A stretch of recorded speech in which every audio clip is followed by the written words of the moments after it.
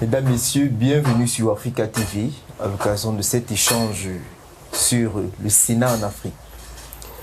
Le Cameroun vient de connaître sa 3e élection des sénateurs après les scrutins de 2013 et 2018.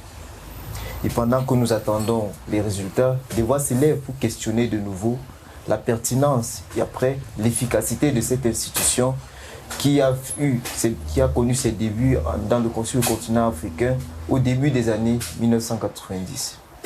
Alors le Sénat en Afrique, est-ce le fruit d'un mimétisme institutionnel ou alors l'objet ou le fruit d'une pertinence, d'un intérêt sociétal?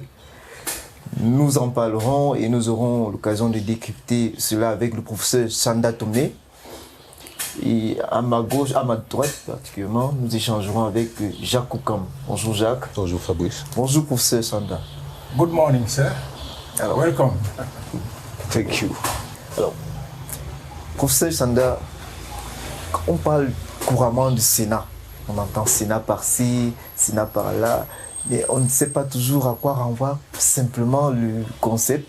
On l'utilise parfois pour qualifier une chose et son contraire, pour imiter ou alors voir une certaine identité entre des institutions qui n'envoient toujours pas la même réalité. Pouvez-vous déjà nous situer sur le concept de Sénat? D'abord,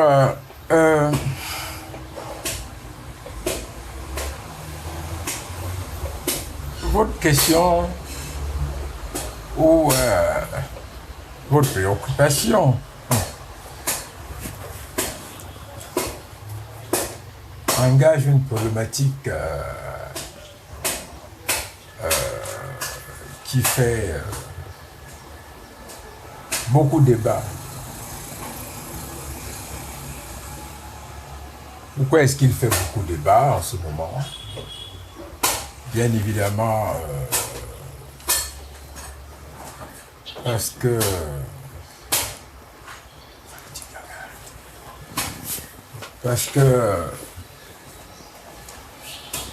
vous avez tous suivi, comme moi, la sortie du président sénégalais Macky Sall, qui a déclaré que pour avoir supprimé le Sénat, il a investi près de 12 milliards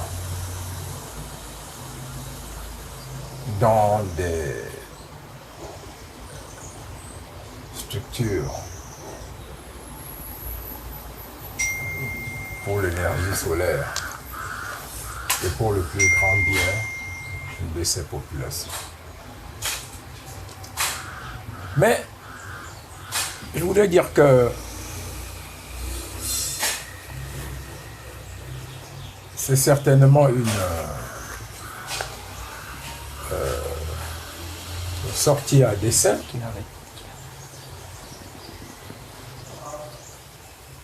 dans le contexte purement sénégalais.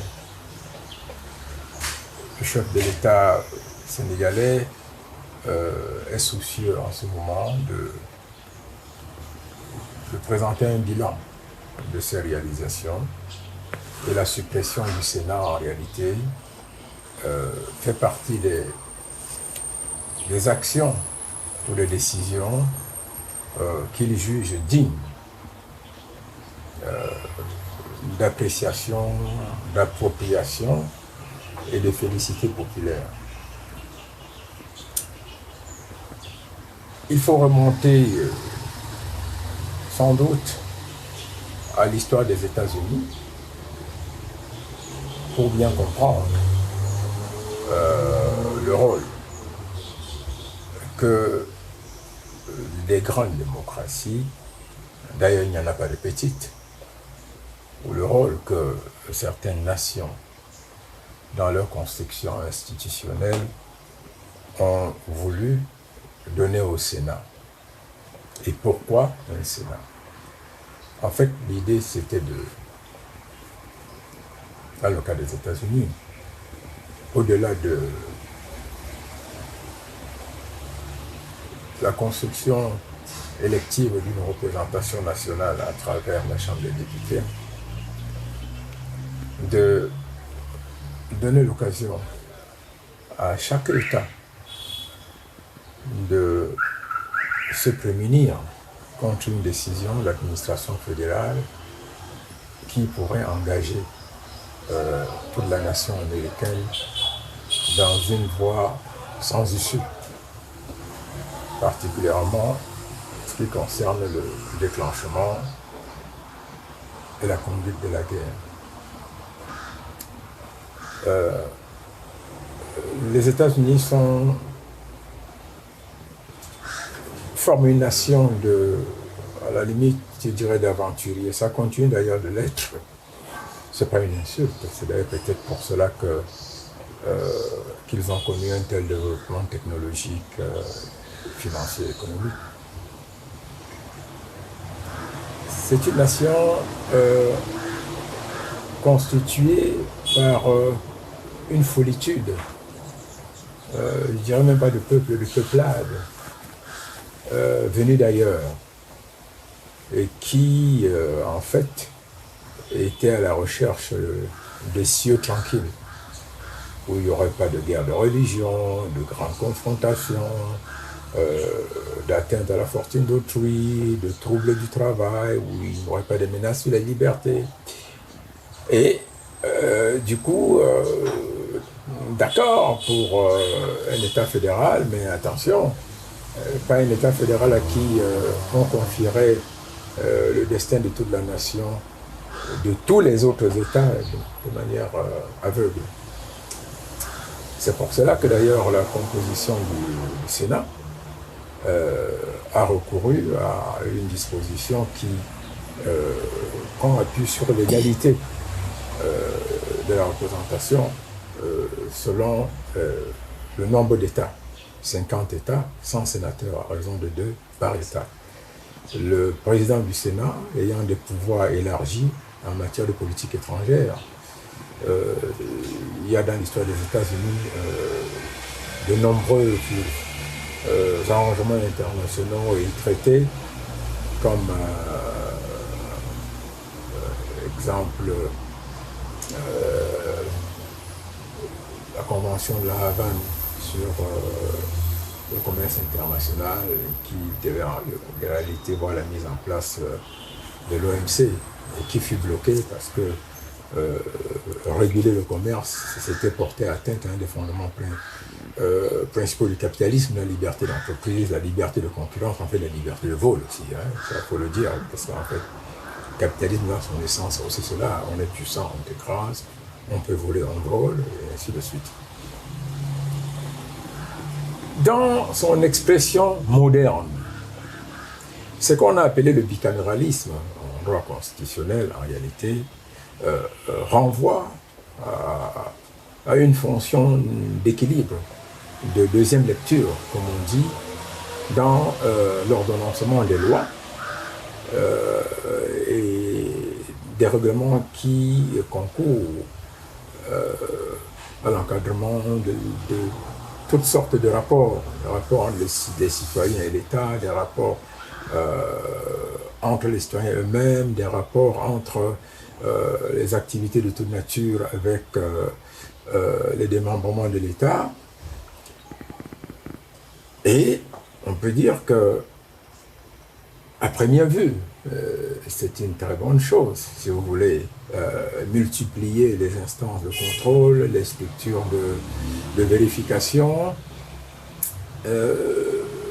la manière dont le destin des gens est construit officiellement, la manière dont les élus du peuple sont intégrés, contribuent dans la prise des décisions, dans la conduite de la cité.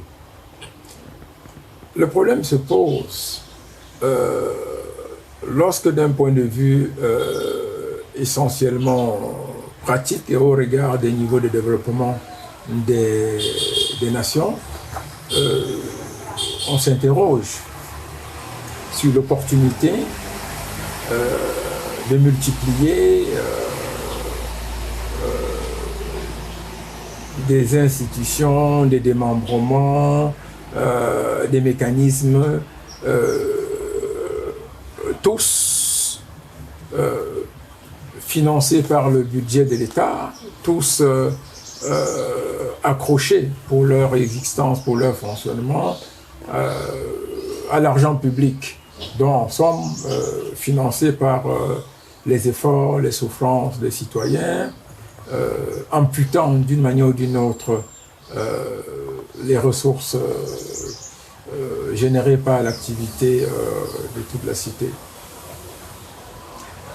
Est-ce que dans les problématiques du développement en Afrique, dans le contexte actuel,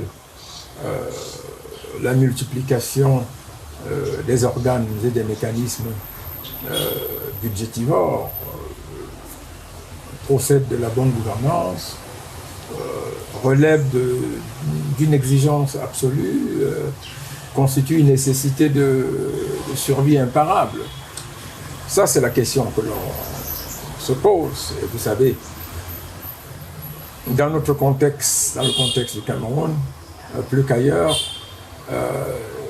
c'est la Constitution de 1996, qui résulte des demandes populaires qui, à l'époque,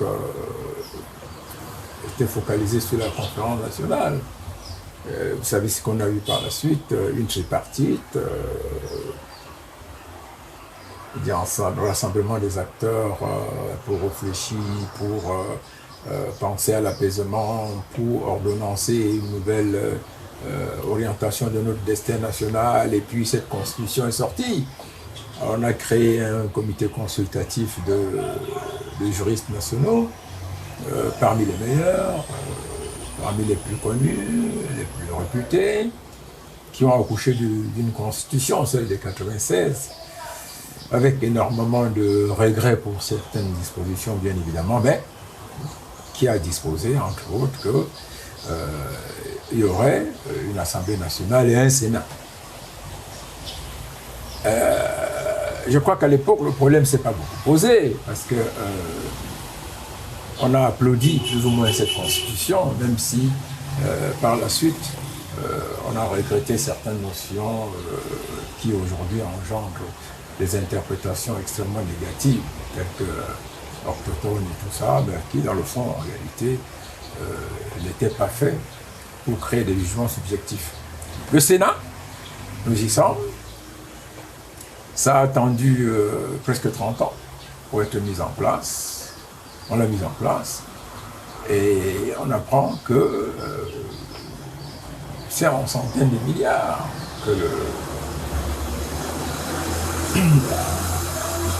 que l'on a entretenu ce Sénat depuis qu'il existe. Alors, la vraie question, c'est pourquoi un Sénat dans ce contexte-là? En quoi est-ce que l'existence d'un Sénat garantit, raffermit, construit ou reconstruit la représentation nationale pour plus d'efficacité dans la gestion dans l'expression de la volonté populaire?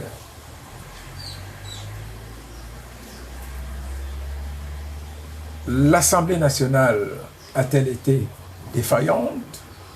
A-t-elle été insuffisamment efficace? Le pays,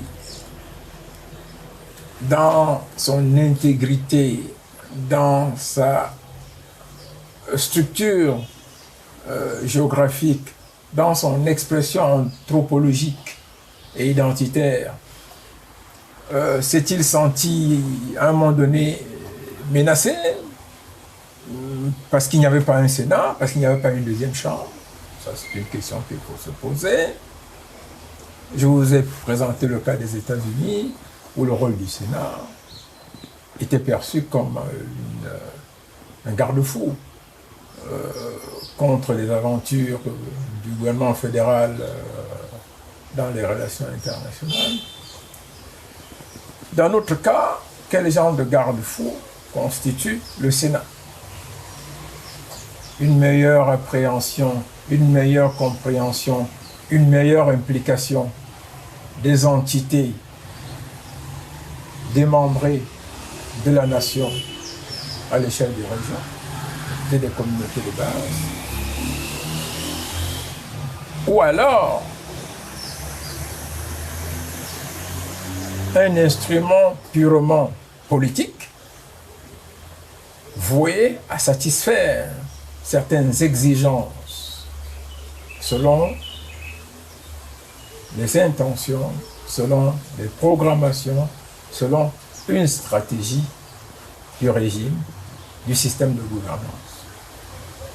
Chacun peut répondre à cette question, mais à l'observation, bien évidemment,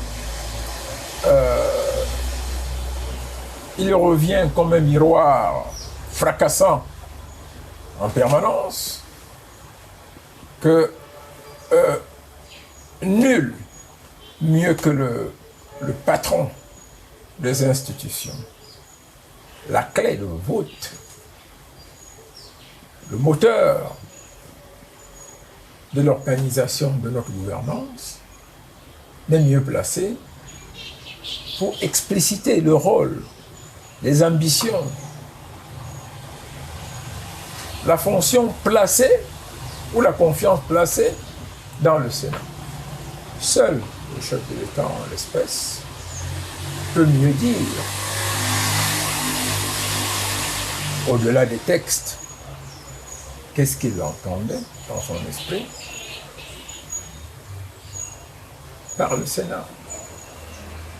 Le fameux comité consultatif, j'ai rencontré beaucoup de ces éminents professeurs, dont certains aujourd'hui, d'ailleurs, n'assument pas complètement certaines dispositions de la Constitution de 1996. La tendance pour certains est même à dire que le travail n'est pas celui qu'ils avaient rendu, il y a eu des interférences après, ainsi de suite, mais c'est la Constitution du Cameroun actuellement appliquée. Et le constat que l'on peut faire, c'est que depuis 10 ans, nous avons un Sénat, et que dans sa composition, il nous revient comme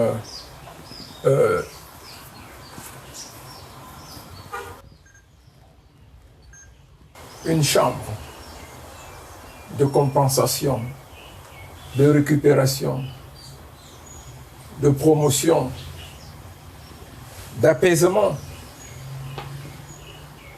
d'extinction de certaines ambitions.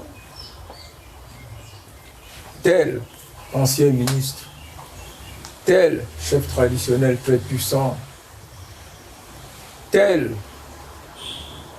individu qui a rendu des grands services à la nation, s'est retrouvé au Sénat, au-delà du jeu des partis.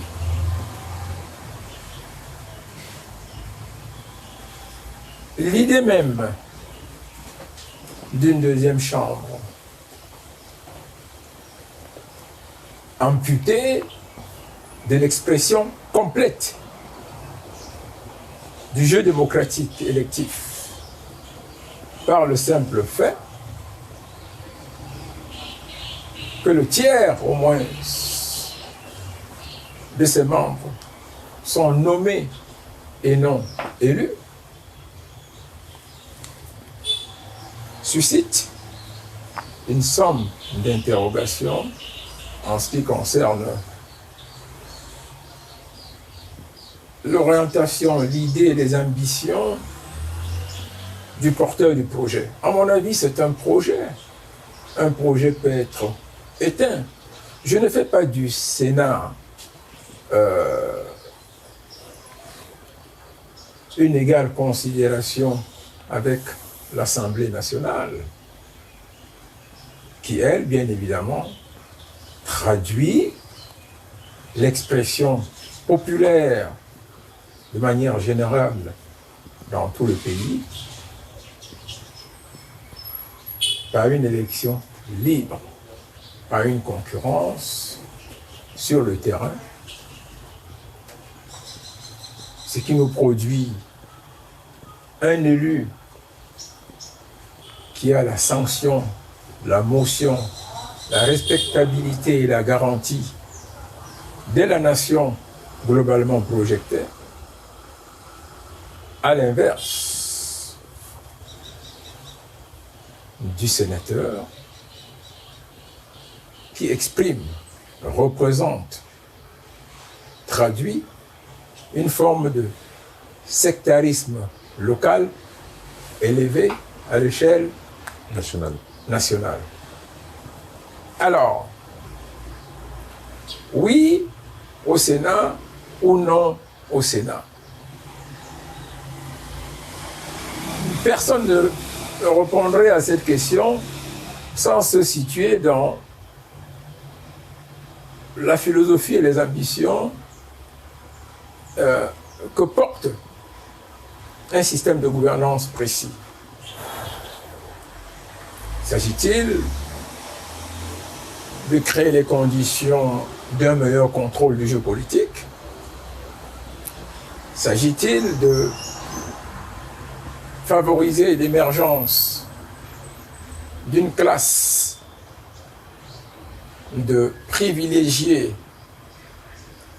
qui, sans avoir la sanction populaire à l'échelle de la nation, doivent tout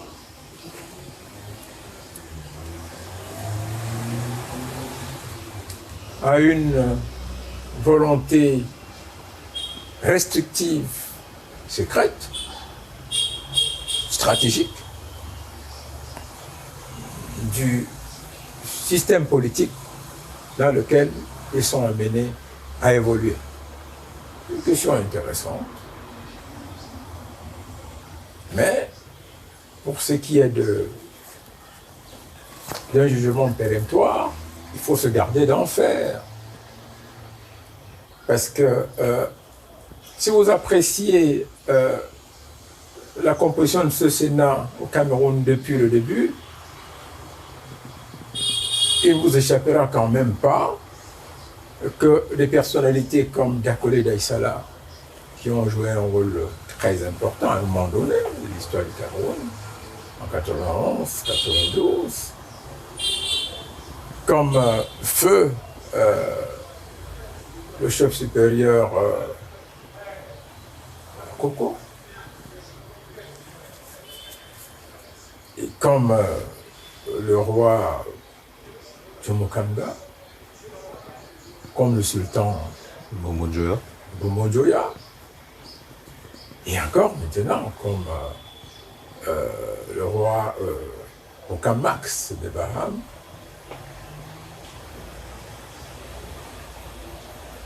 Représente quand même une idée de la notoriété nationale, de la stabilité, de l'équilibre des mœurs, des coutumes et des valeurs chez nous. Dans ce qui nous vient aujourd'hui, si on s'en tient à ce qu'on va avoir comme Sénat, on a ce qu'on peut appeler des personnalités iconoclastes, comme Madame Prunet, mamie connue comme Mamie Nyanga, qui est promotrice d'affaires, qui va être sénateur. Il y a un ancien diplomate, ancien directeur du protocole du ministère des Affaires étrangères, Pierre-Emmanuel Gabi, qui sans doute va être sénateur.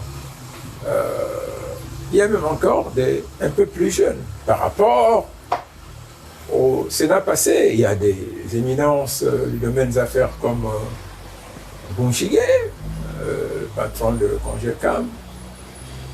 Et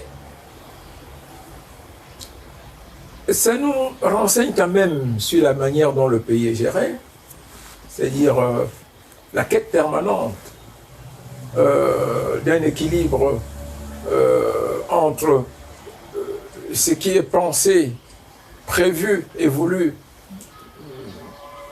dans une espèce d'assentiment populaire, avec ce qui est perçu, voulu et programmé stratégiquement pour la stabilité des institutions, pour la sauvegarde des rouages importants et des mécanismes de survie du régime.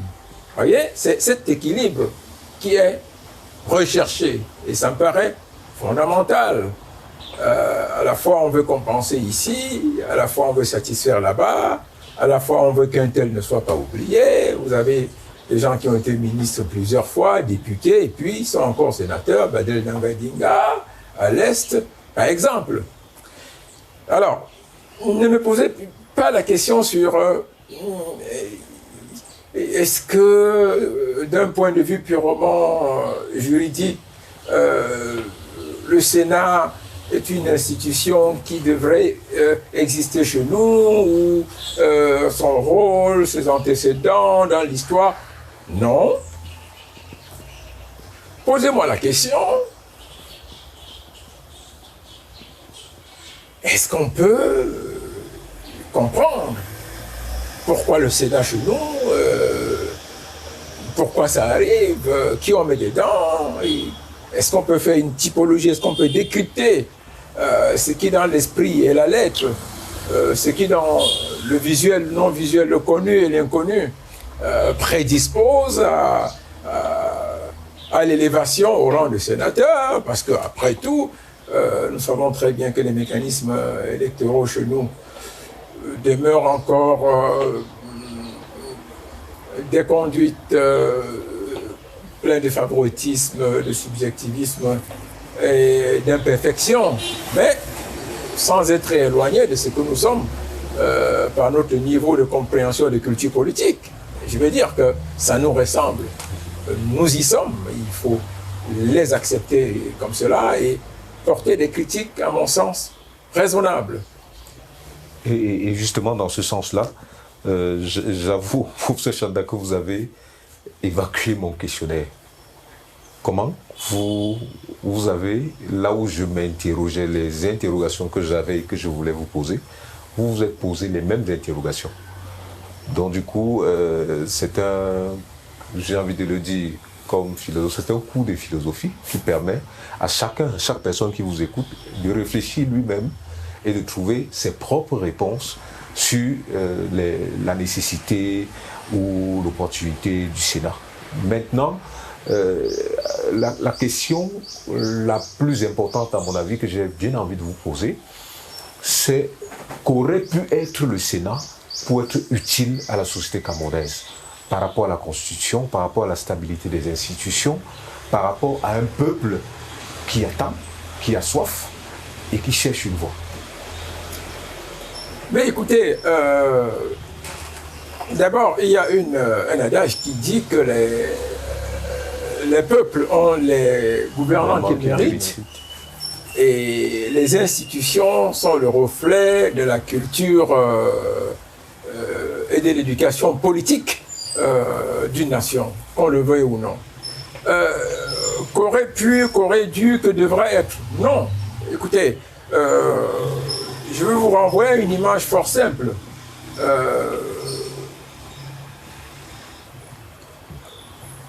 En 90, après ce qu'on a appelé l'irruption champignonnière en faveur de la conférence nationale, tous ces mouvements de contestation, depuis les universités, les syndicats, les faubourgs populaires,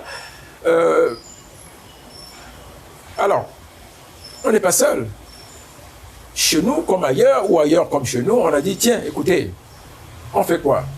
On fait une constitution, on met en place un chef conditionnel, à l'époque la rhétorique. Une commission nationale des droits de l'homme, une commission nationale contre la corruption, une commission du genre la chasse à l'argent sale, la NIF, ainsi de suite. On n'est pas seul. Ces démembrements ont été mis en place partout en Afrique, dans la plupart des pays, avec les résultats que l'on connaît. Et une fois encore, il y a eu un mélange de professionnalisme et de favoritisme, dans le but, effectivement, de ne pas trop faire, de ne pas aller trop loin, de faire la juste mesure, de satisfaire sans choquer. Comprenez, nous avons une classe politique, nous avons une histoire politique. Les politiciens de 1960 sont encore là, ils sont partout en Afrique. Il y a tout un âge de personnes aujourd'hui qui ont entre 70, entre 65 et 80 ans, et c'est partout en Afrique qu'on ne peut pas bousculer comme ça. On met en place tranquillement les institutions, vous verrez. Le président de la Commission nationale des droits de l'homme y est resté jusqu'à en mourir. Le président de la Commission nationale anticorruption y est toujours, il n'a jamais été changé. Et on me raconte une histoire où un ministre s'était pris à prendre des décisions à l'emporte-pièce. C'était bien pensé, c'était un jeune ministre, un ministre de l'urbanisme, semble-t-il. Il était allé trop loin, trop brutalement et trop vite. Le chef de l'État lui aurait dit, apprenant la nouvelle, mais ces jeunes-là, ils arrivent aujourd'hui et ils pensent que l'État du Cameroun, la République du Cameroun, est sortie de terre ou est tombée du ciel sans aucune main, sans aucune protection, sans aucune précaution, sans aucun travail. Il y a des gens qui ont travaillé à bâtir un embryon d'État, celui que nous avons, que l'on ne saurait bousculer, à qui on ne peut pas parler n'importe comment. Il faut laisser le temps et l'histoire régler leur départ, ou en réalité contrôler, reconfigurer, reprogrammer, surveiller et organiser leurs privilèges en plus ou en moins. Mais pour rien au monde, nous allons avoir un gouvernement qui s'installe, des jeunes en cravate, faits et moulus, sortis des écoles d'ingénieurs, des facultés, docteurs, professeurs et tout, qui viennent du jour au lendemain, 70, 80 ans, au quartier. On t'enlève ci, on t'enlève ça. Non. C'est pour vous dire quoi? C'est pour vous dire que non, on ne peut pas avoir un raisonnement du genre qu'est-ce qu'il faudrait pour que ce soit plus efficace. Nous sommes, en réalité, si on prend l'histoire des nations, nous sommes des États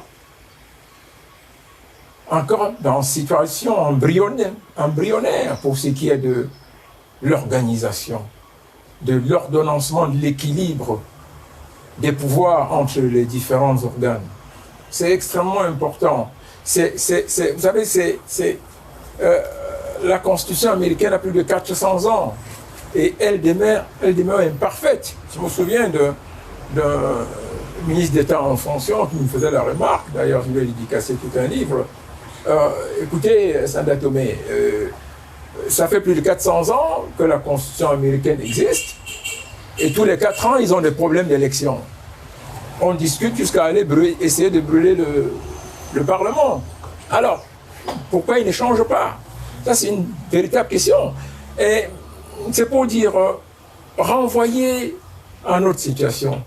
Il faut avoir des lunettes beaucoup plus tendres et plus réalistes. Nous ne sommes pas seuls dans le monde. Nous ne sommes pas des extraterrestres. Nous sommes des humains. Il n'existe pas de mécanique automatique pour valider ou pour viabiliser la performance d'une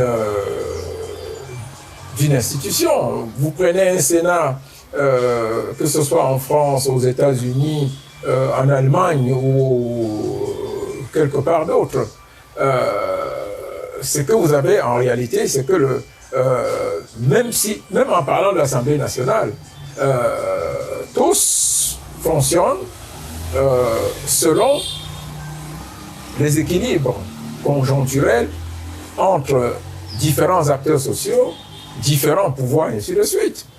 Un Premier ministre, à un moment donné en France, peut être beaucoup plus puissant. Un chef du gouvernement en Grande-Bretagne peut être beaucoup plus puissant. Un président en Israël, beaucoup de gens ne savent même pas qu'il en existe. Il y a un président, un Premier ministre en Israël. En fonction du contexte, de la capacité d'influence des acteurs politiques du jeu et des enjeux entre les partis, ils peuvent être plus efficaces ou moins efficaces. Et reparlant tout à l'heure du repositionnement des organes, il y a tout un ancien Premier ministre en France qu'on a remis comme président du conseil d'administration de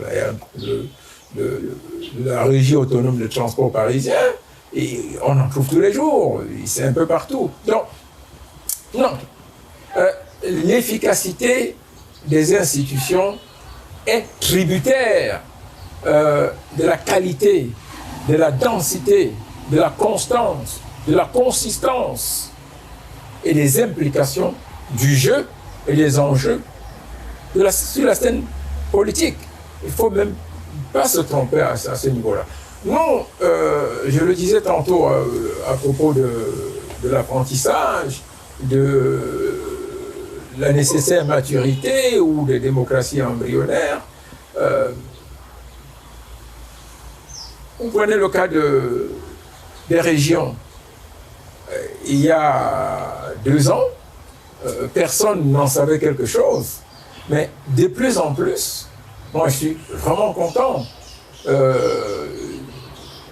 J'ai vu ce que le président de la région de l'Extrême-Nord, mon ami Daniel Calbassou, a pu organiser comme forum pour l'appel aux investissements et au développement de l'Extrême-Nord. Il marche toujours avec un sac où il y a tous les projets, toutes les ressources, tout a été cartographié sur le potentiel de la région.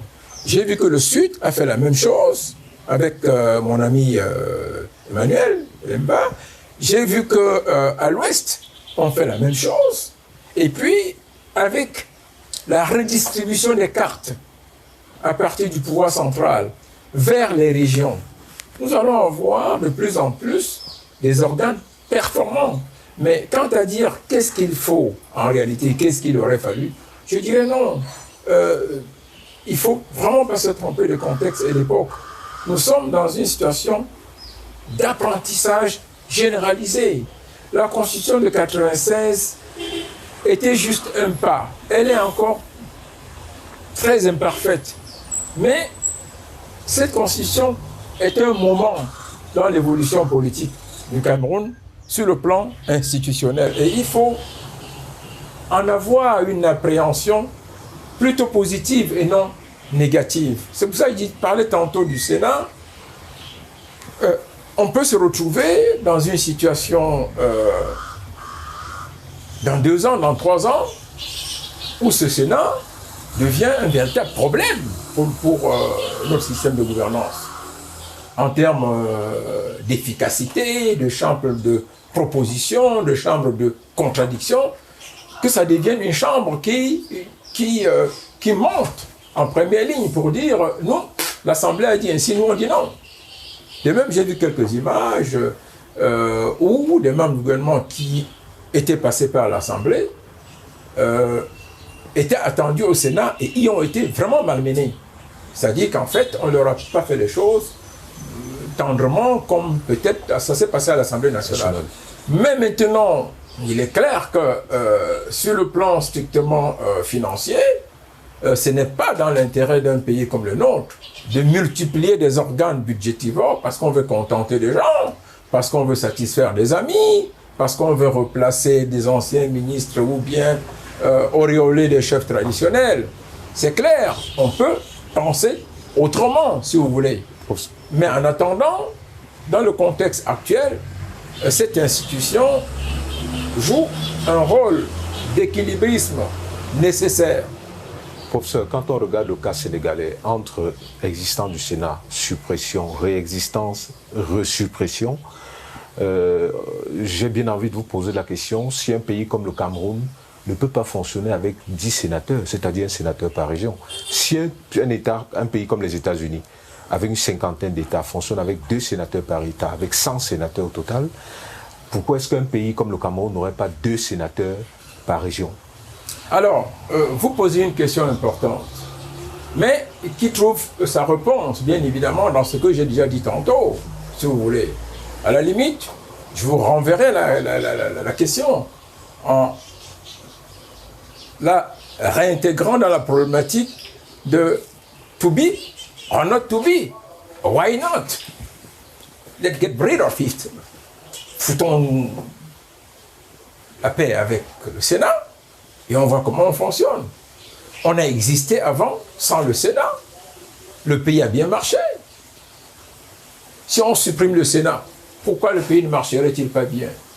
Si les États-Unis ont un exécutif au total, tout confondu avec secrétaire d'État de moins de 100 personnes, pourquoi nous on aurait un exécutif, un gouvernement, tout cela confondu avec plus de 200 personnes? Ou une situation où on vous dit il y a 100 ministres, 200 personnes et assimilées qui ont des privilèges de membres du gouvernement. Je disais tantôt dans les réseaux sociaux, oh, écoutez, c'est un mal nécessaire. Ah, le recteur de l'université de Ngaoundéré a été attaqué par son agent comptable, le contrôleur financier. On a dit, ah mais tiens, elle est nommée par le chef de l'État, elle a rang de secrétaire d'État, pratiquement de membre du gouvernement.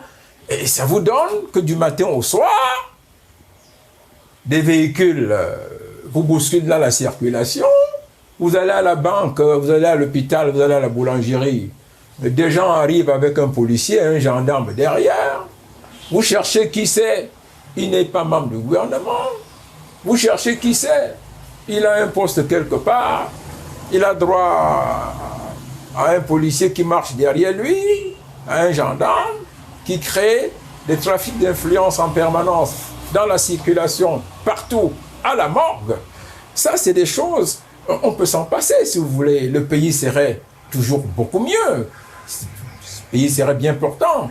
Les relations humaines, les rapports de toute nature seraient plus raffermis, si vous voulez, moins tendus, moins influencés par des subjectivismes. Mais en attendant, dans le contexte d'un pays riche, mais dont les structures de gouvernance demeurent embryonnaires, dont l'éducation politique du citoyen relève encore de la magie, tout est à faire chez nous. Il faut avoir une appréciation très mesurée. Moi, personnellement, je dis, si vous insistez, ça devient une forme de jalousie, ça devient une forme de frustration, une forme de haine transposée dans le contexte politique. Mais, si vous avez une vision objective, citoyenne, moi je suis un patriote, moi. Je défendrai et je défends le Cameroun, bec et ongle, avec ma tête, mes pieds et tout, mon âme. C'est pour nous la discussion. Mais si un étranger se mêle, je prends le Cameroun comme il est, et moi je me mets contre l'étranger. C'est pour faire la différence avec tout ce que je dis, n'est-ce pas, sur les réseaux sociaux. Et rendu dans une compréhension honnête, dans une interrogation de patriote, vous dites, j'ai vu la sortie du jeune professeur Nké, le philosophe, qui a parlé de son salaire, enseignant d'université, 171 000 francs CFA. Mais c'est un scandale. Pour exemple, pour nos téléspectateurs, ce n'est pas vrai. Parce que s'il est à 171 000 francs, il est probable qu'il ait pris un crédit et que ce soit la part qui lui est reversée pour l'instant. Alors, la situation telle qu'elle se présente, vous organiserez une défense et des explications dans tous les sens. Il restera que vous aurez un jeune pharmacien qui vous dira « voici mon salaire » ou un jeune médecin qui vous dira « ah, je touche moins de 200 000 » un jeune sortant de l'école normale ou de l'IRIC comme diplomate qui vous dira « mon salaire est trop petit » et en conséquence, ça les met dans des situations de frustration où ils sont obligés d'avoir des dérapages de langage à la fois par rapport aux intérêts nationaux de leur pays, par rapport à des individus, et en réalité, tout leur comportement devient subjectif. Alors, ne partons pas de là, partons de la problématique du Sénat telle que nous l'avions dit, Et pour restituer la vérité, si vous voulez, ce qui est contextuel au Cameroun ne peut pas être contextuel au Sénégal, si vous voulez. Ce n'est d'ailleurs pas le même mode d'organisation, ce n'est pas la même diversité d'acteurs, de configuration historique et anthropologique. Ça me paraît fondamental. Mais, dans le principe, ça demeure l'urgence d'une gouvernance responsable, d'une gouvernance qui oriente effectivement les ressources vers le développement et non vers des agapes, et non vers des privilèges d'amis, d'une gouvernance qui est soucieuse d'une juste répartition des richesses nationales pour qu'on ait une plus grande multiplication des effets du travail de toute la cité et non pas que le travail de toute la cité, les ressources de toute la cité soient canalisées, entretenues, programmées, investies dans des organes, des démembrements, des structures inutilement budgétivores, si vous voulez. Quelqu'un m'a dit un jour, mais est-ce que nous avons besoin d'un conseil économique et social? À quoi ça renvoie?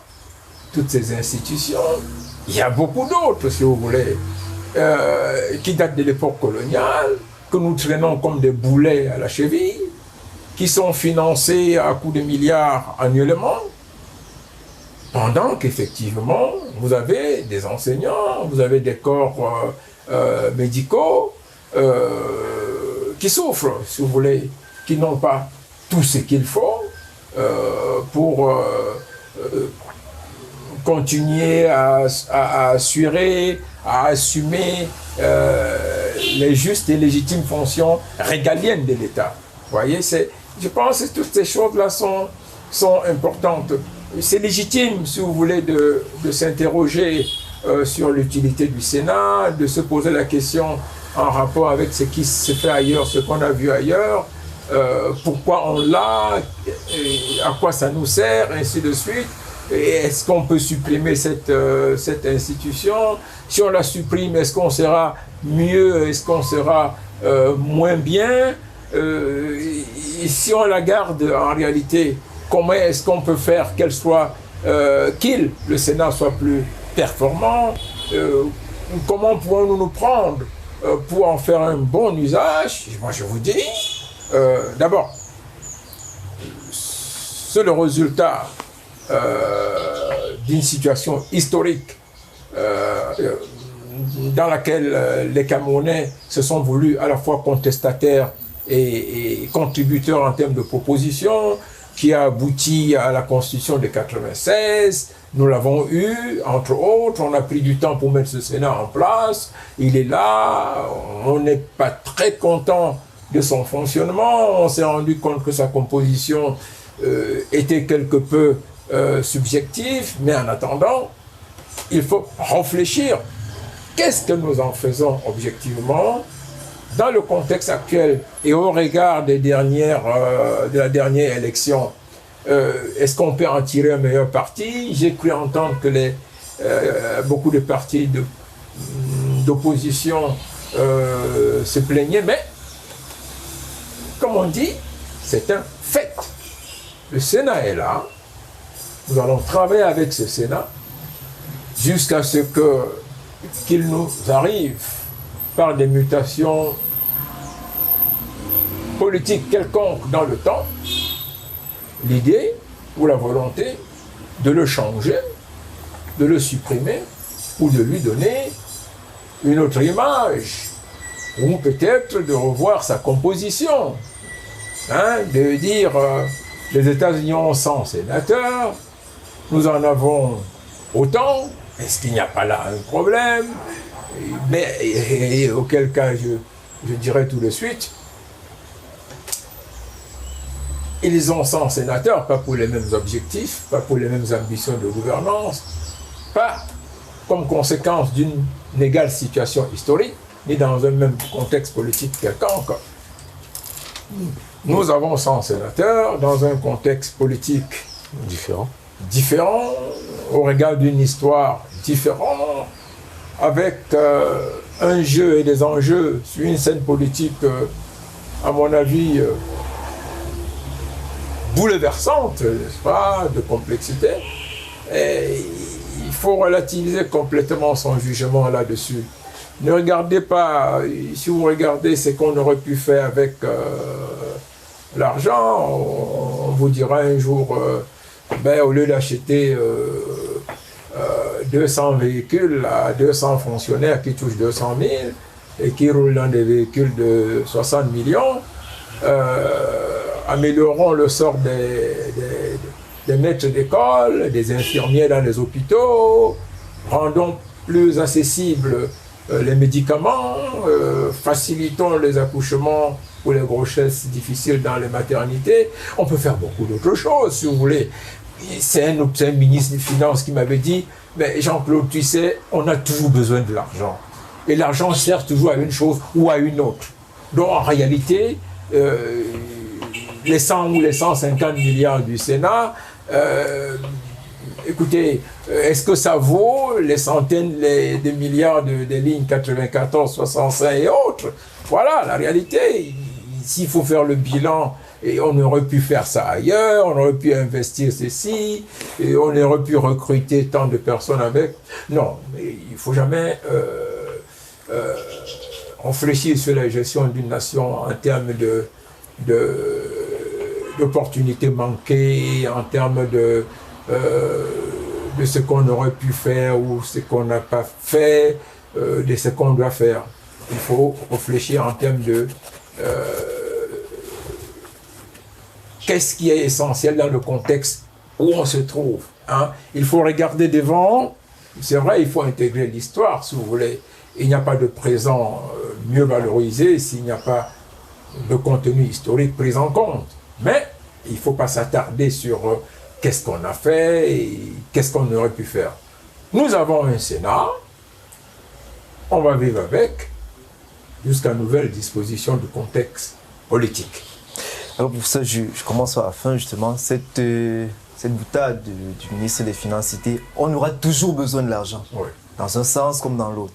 Est-ce que cet argument financier, peut-être avec l'exemple du contrôleur financier, n'est pas simplement l'argument peut-être que certains utilisent pour facilement évacuer l'intérêt du Sénat? Pourtant, à vous suivre dès l'entame de la présentation avec l'exemple des États-Unis, que le Sénat est une chambre de veille, à la limite, de veille, bien de régulation en dernier ressort des institutions aux États-Unis.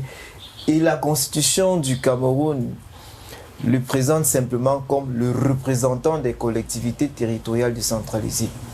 En s'arrêtant sur ces deux points, simplement, est-ce qu'on ne peut pas simplement dire que le Sénat, la pertinence du Sénat est étalée?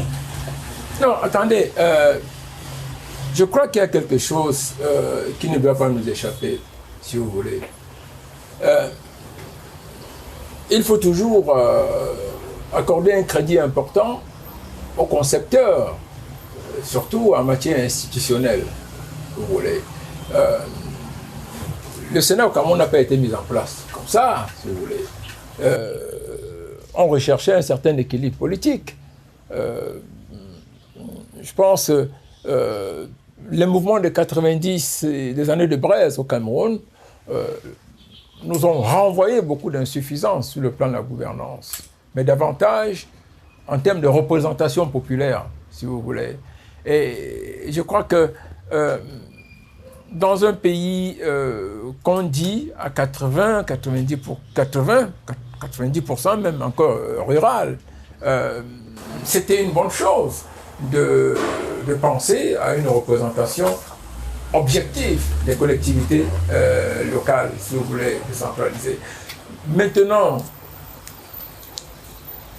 est-ce que, d'un point de vue pratique, nous sommes dans le jeu politique tel que les concepteurs avaient pensé? Moi, je dirais oui, si vous voulez. Je vous ai parlé tantôt de la vie des régions, des conseils régionaux, qui, à mon sens, est en train de prendre une ampleur positive, très importante, si vous voulez. Je regrette simplement que beaucoup de personnes ne comprennent pas encore le rôle des conseils régionaux, mais moi je vous dirais que ce qui se passe en ce moment, il y a tout un bouillonnement dans les régions avec les conseils régionaux. Et les gens commencent à comprendre où est-ce qu'on va, effectivement. Et il n'existe pas d'avancée politique négative dans l'histoire des nations. Chaque avancée politique peut constituer en lui-même à la fois un moment de critique, d'autocritique, selon un mouvement dialectique qu'il faut appréhender positivement. Mais si vous avez simplement les loupes, écoutez, on peut tout vous donner, mais si vous n'avez pas la volonté de tirer, de dégager le meilleur de ce qu'on vous donne, vous n'arriverez jamais à rien, si vous voulez. C'est ça l'objectif. Moi, j'ai vu quand le sénateur Pierre Flambeau-Ngaya, il avait organisé au Hilton une soirée pour faire le bilan de ses 5 premières années au Sénat. Je vous assure que moi, personnellement, j'avais été très satisfait. Parce que j'avais vu des missions à l'étranger, j'avais vu un certain nombre d'activités avec d'autres institutions similaires à travers le monde, et c'était une autre représentation du Cameroun. Je comprenais mieux l'investissement de ce... il est à la fois pharmacien, juriste et politologue. D'ailleurs, bon, voilà, il est secrétaire général de l'UNDP, mais j'en avais été vraiment content, si vous voulez. Alors, ce que je veux dire, c'est... non. C'est là, si vous voulez, d'apprendre qu'un chef traditionnel est venu à Yaoundé pour une réunion. C'est vrai, il aurait pu également être député. Mais là, il est dans une chambre différente, où il trouve d'autres personnalités qui ne correspondent pas aux politiciens classiques, qui a fait une campagne à l'échelle nationale du machin, budgétivo, ainsi de suite, mais qui est juste, si vous voulez, l'assise de quelques réalités à l'échelle locale très reculée, basique. Et ça me paraît fondamental. Et je dis, c'est pour ça qu'il faut faire assez attention. Peut-être, oui, le nombre de sénateurs, la composition et tout, peut-être qu'il y a beaucoup de choses à revoir, si vous voulez. C'est tout à fait, c'est toute l'histoire. Mais une fois de plus, il faut faire très, très attention. Parce qu'on pourrait vous dire, mais au lieu d'envisager ça comme ça, si tel est l'objectif, pourquoi ne pas tout de suite sauter dans un système fédéral? Vous comprenez? Parce qu'en fait, tout cela, c'est la mouvance d'expression à l'échelle locale de particularités sensibles qui, rendues sur la scène politique nationale aujourd'hui, nous plombent avec le débat sur le fédéralisme. Yes or not? Hein, ça me paraît fondamental. Et je dis, tout ce qui permet à des particularismes locaux de s'exprimer, de s'intégrer dans un jeu national, est bienvenu, si vous voulez. Et en cela, faisons doucement et pas à pas avec ce Sénat-là. On peut encore agir, l'expérience a démontré. Moi, j'ai vu tout le travail fait par le ministère des Finances et la fonction publique pour nettoyer les fichiers soldes, les fichiers, le nombre de fonctionnaires et tout. On peut rationaliser encore davantage notre gestion budgétaire et parvenir au maintien même d'une foulitude d'institutions, mais avec moins de dépenses. Rien n'oblige la République du Cameroun ou l'État camerounais à doter tous les chefs de service de Toyota 4x4 coûtant 50-100 millions de francs, si vous voulez, ou de leur affecter annuellement 20 à 50 milliards pour le carburant. On peut mettre fin à tout cela, mais en maintenant une volonté et des ambitions d'assurer une meilleure représentation des collectivités locales. Avant d'évoluer vers l'efficacité, comment rendre le Sénat davantage performant, 2 questions. sur cette envie d'avoir un Sénat efficace et tout, ne serait-ce pas simplement le réflexe de précipitation qui anime souvent le peuple, d'avoir, on a du Sénat, il fait quoi, il fait ci, il représente le peuple, comment est-ce qu'il nous représente, qu'est-ce qu'il nous apporte au quotidien. Sur la seconde question, dans l'idée de suppression, création, resuppression, recréation, en prenant l'exemple du pays d'Afrique de l'Ouest qu'on a cité tout à l'heure, l'idée du président au départ, en 2012, quand il supprime le Sénat, il dit qu'il va orienter les frais vers la lutte contre les inondations.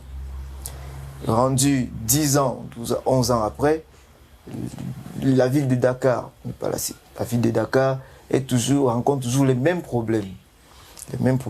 Et à noter que lorsque le Sénat est supprimé en 2012, le Parlement réuni en congrès qui avait adopté la loi était majoritairement constitué des députés affidés au président de la République actuelle et le Sénat largement constitué du parti d'opposition. Est-ce que ce n'est pas simplement un jeu d'acteurs, un jeu politique en fonction des intérêts du moment où l'on peut décider soit de supprimer, soit de créer ou de mettre en place un Sénat? Alors, écoutez, je suis d'accord avec vous, mais pas d'accord avec tout, si vous voulez. La problématique est suffisamment interrogative pour que l'on crée de faux échappatoires en vous répondant. D'abord, effectivement, il y a beaucoup de jeux politiques dans l'existence ou dans l'existence du Sénat. 2, tous les systèmes de gouvernance ont a priori, je ne pas confondre système de gouvernance et régime politique. Tous les systèmes de gouvernance ont a priori pour ambition de constituer les bases normatives pour leur pérennisation, si vous voulez. Ça, c'est très important. Pendant que les régimes, d'un point de vue strictement personnel, liés à des individus, ont tendance d'abord à soigner leur image, à se faire accepter, et ensuite à créer dans leur sillage un personnel politique dévoué, un personnel politique dépendant, un personnel politique soumis. C'est pour ça d'ailleurs, quand on parle de sérail, oui, quand on parle de sérail, ça veut dire un conglomérat, n'est-ce pas, de réseaux d'action et d'interaction, à la limite mafieuse, n'est-ce pas, qui tourne autour dans et par un régime politique. D'accord, mais le système, lui, c'est tout à fait autre chose. Alors, si nous parlons d'un système bicaméral, qui veut dire, en fait, une représentation populaire qui repose sur 2 champs. C'est les 2 champs qui font le Parlement. Voilà. Alors, qu'est-ce qu'on en tire en réalité? Je vous l'ai dit tantôt. D'abord, il y a forcément un équilibre certain que l'on recherche, volontairement ou involontairement. Il y a ensuite un gain politique qui est lui aussi, que l'on le veuille ou non, qui existe. Hein? Et il y a enfin une projection dans le temps de ce que peut être la gouvernance d'une nation. Et quel destin veut-on affecter à un peuple, si vous voulez? Est-ce qu'on veut lui affecter un destin organisé sur la base d'une réelle compréhension de l'ensemble des entités, personnes morales et personnes physiques, qui composent cette structure, qui composent cette aire géographique? Est-ce qu'on veut, dans un temps court, assurer la pérennisation d'un système? Est-ce qu'on veut, dans un temps long, favoriser l'installation d'un régime construit sur l'image ou à partir de l'image de quelques personnes que l'on veut déifier, que l'on veut vénérer, que l'on veut voir triompher pour des générations?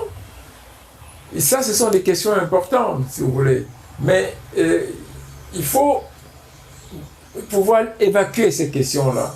Il faut, parce que si vous réfléchissez ainsi, vous cassez la mécanique, vous bloquez tout, vous lancez les populations dans une révolution qui va vous échapper. C'est-à-dire, en fait, c'est la critique systématique, on ne croit plus en rien, on pense que tout est tricherie, on pense que tout est fait pour voler, on pense que tout est fait pour confisquer le pouvoir. Non. Non, pas du tout. Il ne faut pas avoir cette appréhension-là, ni cette lecture, ni ce renseignement. Pas du tout.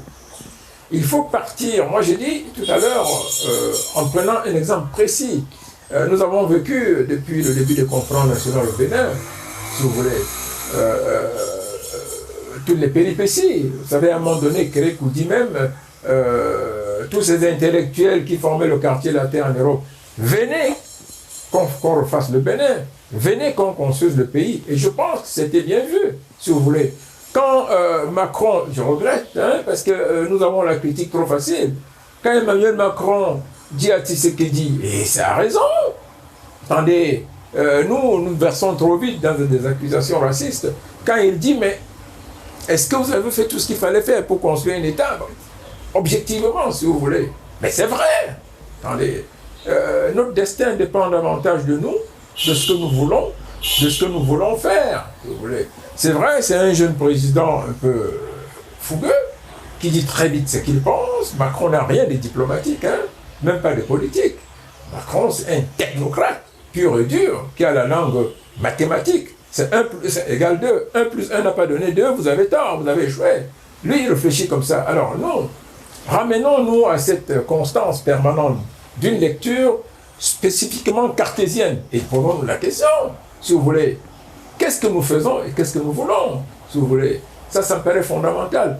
Qui avons-nous mis au Sénat? Qui voulons-nous mettre au Sénat? Où voulons-nous aller avec le Sénat? Dans le contexte politique qui est le nôtre, d'où vient ce Sénat? Je l'ai dit à plusieurs reprises. Il y a une histoire politique du Cameroun, si vous voulez. Et si à un moment donné, nous nous retrouvons dans un contexte où les diversités locales, les conflits tribaux, les querelles des personnes prennent une ampleur insoutenable, alors nous aboutissons à une multiplication des institutions et des organes pour faire plaisir aux gens. Attendez, si on a 50, 60 ministres, c'est pas parce qu'on a voulu.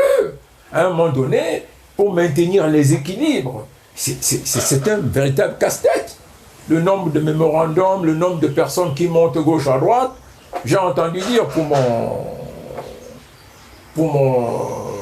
pour le président du conseil régional extrême, non, pas du tout, il n'est pas musulman, il n'est vraiment pas ce qu'on voulait. J'entends dire dans la Damawa, non, on n'a aucun ministre, on a un sous-ministre, j'entends. Vous savez, c'est extrêmement délicat, et dans tout ce contexte, l'histoire des indépendances, les souffrances, les dures souffrances des indépendances, avec tout ce que ça a entraîné comme contradiction, comme haine et tout, ne sont pas effacées. Elles sont encore vivaces. Nous sommes encore dans le contexte d'une économie grégaire, où les gens ont faim. La politique, c'est la nourriture et la famine ou la nourriture au Cameroun. Et ça me paraît fondamental de le dire. Alors, nous sommes, je vous l'ai dit tantôt, dans l'apprentissage. Il ne faut pas que des grandes notions de sciences politiques ou des institutions internationales nous trompent. Nous sommes dans une phase importante d'apprentissage qui exige beaucoup de modération et de pragmatisme. N'allez pas regarder, le ministre Louis-Paul Motazé a dit à l'Assemblée nationale, écoutez la ligne 94. Ceux qui ont des bons projets, qui avaient des bons projets, viennent frapper à la porte. Nous, on étudie, on donne ce qu'on peut donner. Il y a eu des dérapages, mais moi, quand j'ai pris le listing, j'ai retrouvé là-dedans des noms des gens qui me sont très proches, des noms de membres de famille, des noms de notoriété nationale. Ils ont fait quoi avec l'argent? Mais simplement, en réalité, cette ligne existait. D'autres ont eu plus, d'autres n'ont rien fait avec. On a donné sur des critères qui n'étaient peut-être pas très justes, mais on a donné. Mais on a donné à beaucoup de gens. Mais on a donné presque à toute la République. Ça me paraît fondamental. Ça, c'est une belle image de l'urgence de la réserve et de la pondération dans l'appréciation des institutions et de l'ordonnancement des organes.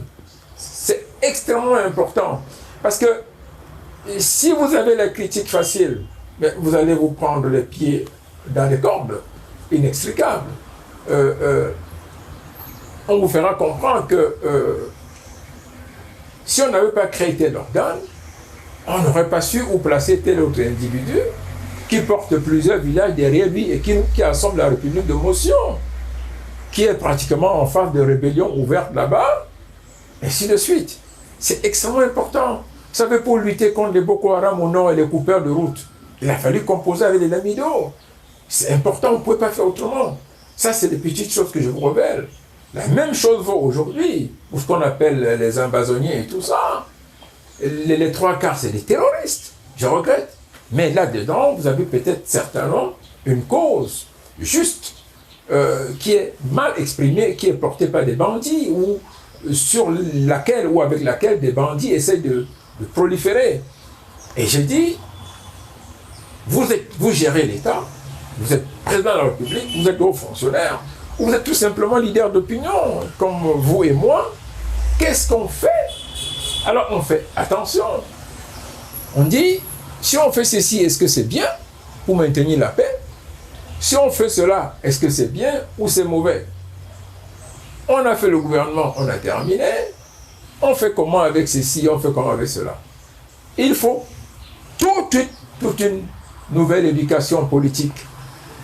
Tout un niveau sens de l'instruction civique et du nationalisme pour amener les gens à comprendre que l'État, c'est eux, c'est vous, c'est moi. La République, c'est vous, c'est moi, c'est tout le monde. Et que pour cela, soit nous sacrifions l'État et la République pour des intérêts égoïstes, en développant des organes dans tous les sens, où on aura l'argent qui est produit que pour manger, pour bouffer, on ne fait pas les infrastructures, pour contenter les villages, les individus ambitieux, ou alors nous nous récréons, nous réinventons une identité camerounaise positive, objective, concrète, développante, qui a une vision des intérêts nationaux et de la protection du patrimoine national.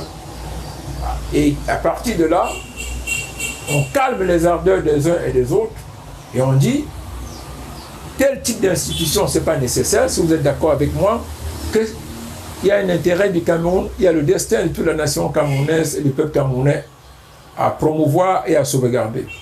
Mettons telle institution de côté, calmez vos ardeurs là-bas au village, un secrétaire d'État ou un membre du gouvernement, il appartient au gouvernement de la République, il n'appartient pas à un village. Il faut entrer dans ce discours et dans cette réalité aujourd'hui avant de commencer à se demander pourquoi tel ou tel organe, pourquoi autant d'organes, pourquoi autant de députés, autant de sénateurs. Je vous assure que c'est complexe, c'est préoccupant, c'est important et c'est crucial. Si nous n'avons pas cette démarche, nous n'allons nulle part. Il ne faut pas avoir une idée des États-Unis, de la France, de la Russie, de la Chine, de l'Allemagne ou encore de je ne sais pas d'où.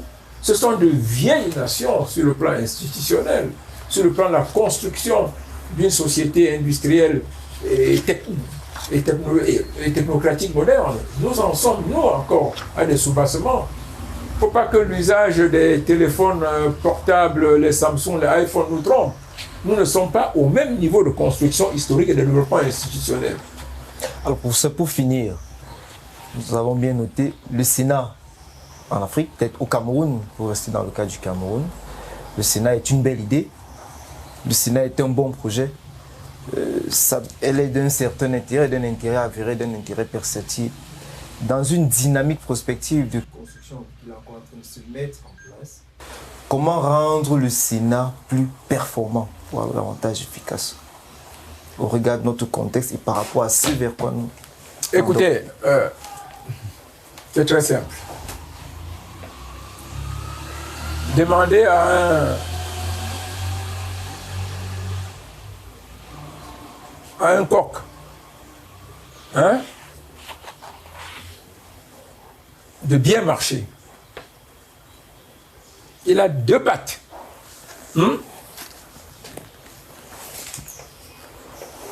c'est plus facile pour lui. Demandez à un 1000 bahts de marcher.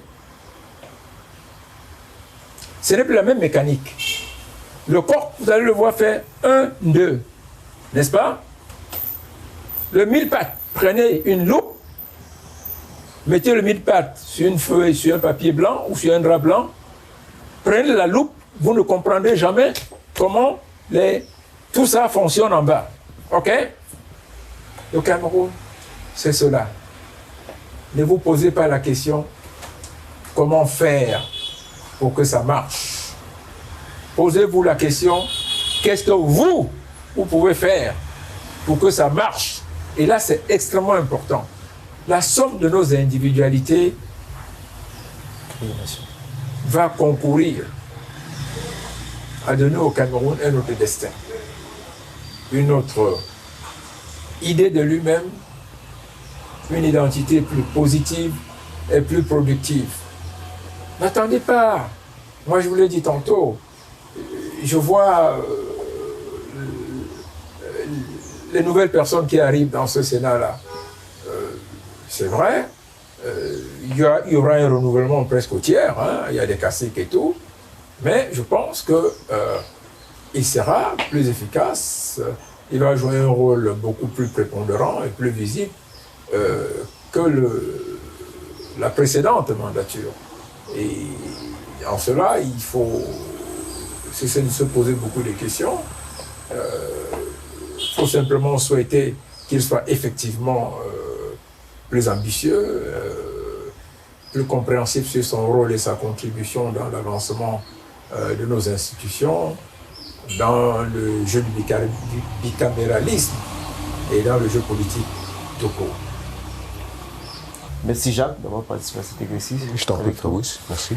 Professeur Chanda, merci d'avoir été des nôtres. Nous espérons vous retrouver très bientôt pour un autre sujet. Thank you.